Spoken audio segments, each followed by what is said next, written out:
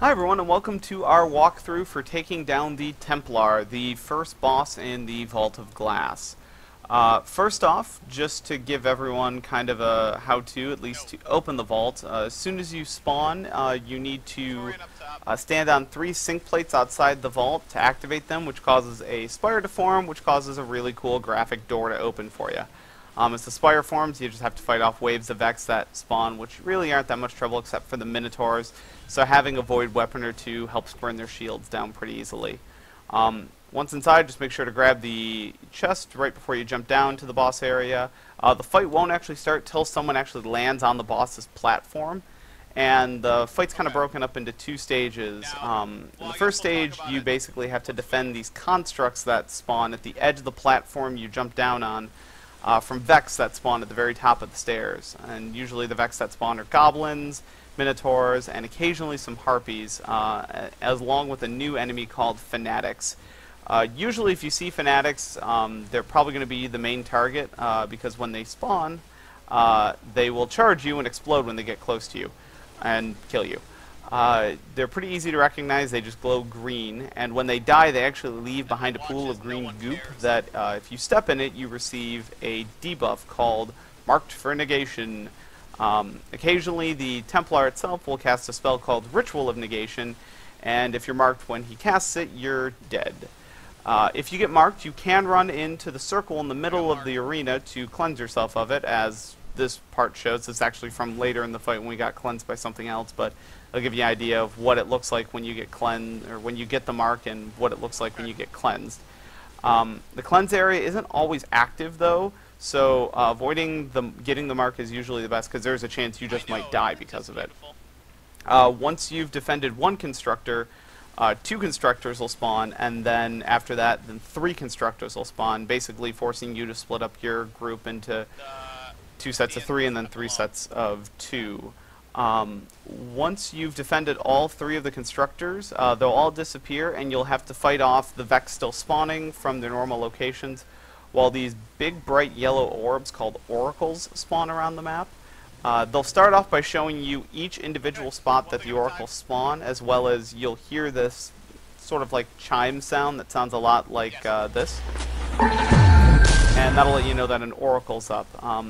There are 7 oracle spawn spots, 3 on the left side, 3 on the right side, and then 1 right in the middle behind where you normally start. When the oracles spawn, you pretty much need to stop killing the Vex and just focus right on the oracles, because otherwise they will mark your entire group for negation, and if the ring isn't up to cleanse you, everybody dies. Just to make this part a lot more annoying, hobgoblins actually spawn on the floating platforms above you, so it's a good idea to have someone on each side sniping them. I mean, we just had our titans could just jetpack up on top of one of the areas, and we're just getting rid of them. Basically, the oracles will come in waves, and with each wave there'll be more oracles that'll be active, 1, then 2, then 3, and so on until finally you have all 7 that you have to kill at once. After you've done that though, you are done with phase 1, and I believe the game checkpoints there. It might also checkpoint right when the oracles start as well, so you won't have to defend the constructors again if you die in oracles, and then once you're done with the oracles, you never have to do it again. The next phase is actually fighting the Templar.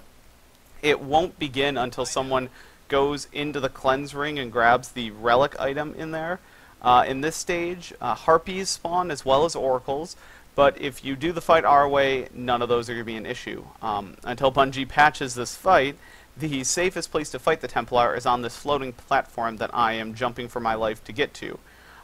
Because basically you can sit up here, none of the mobs can hit you, and it's pretty easy to hide from the Templar's attacks if he decides to even attack you at all.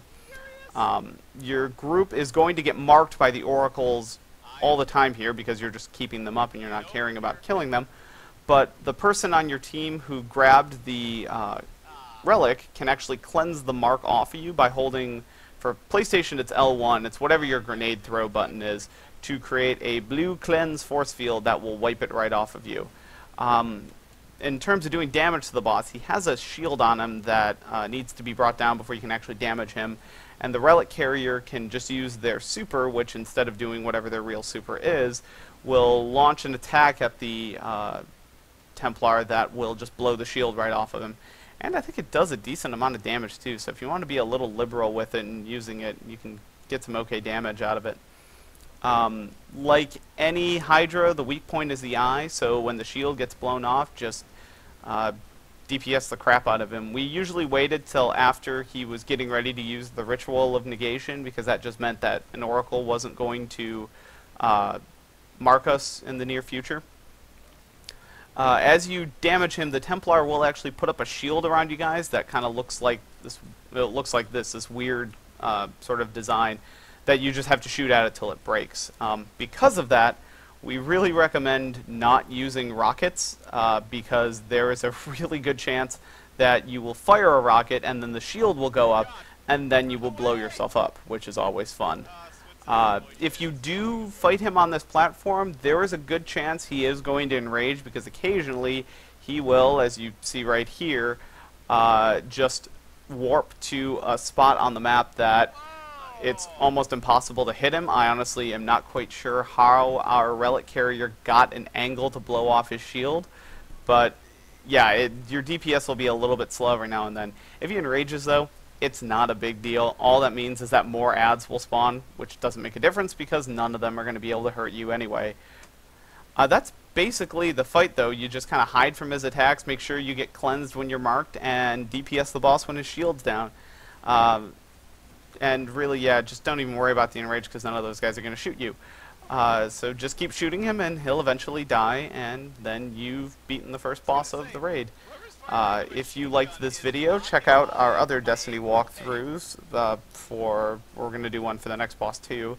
And if you have any questions about stuff we didn't cover, or we did cover and I just covered horribly, just leave a comment and we'll answer it.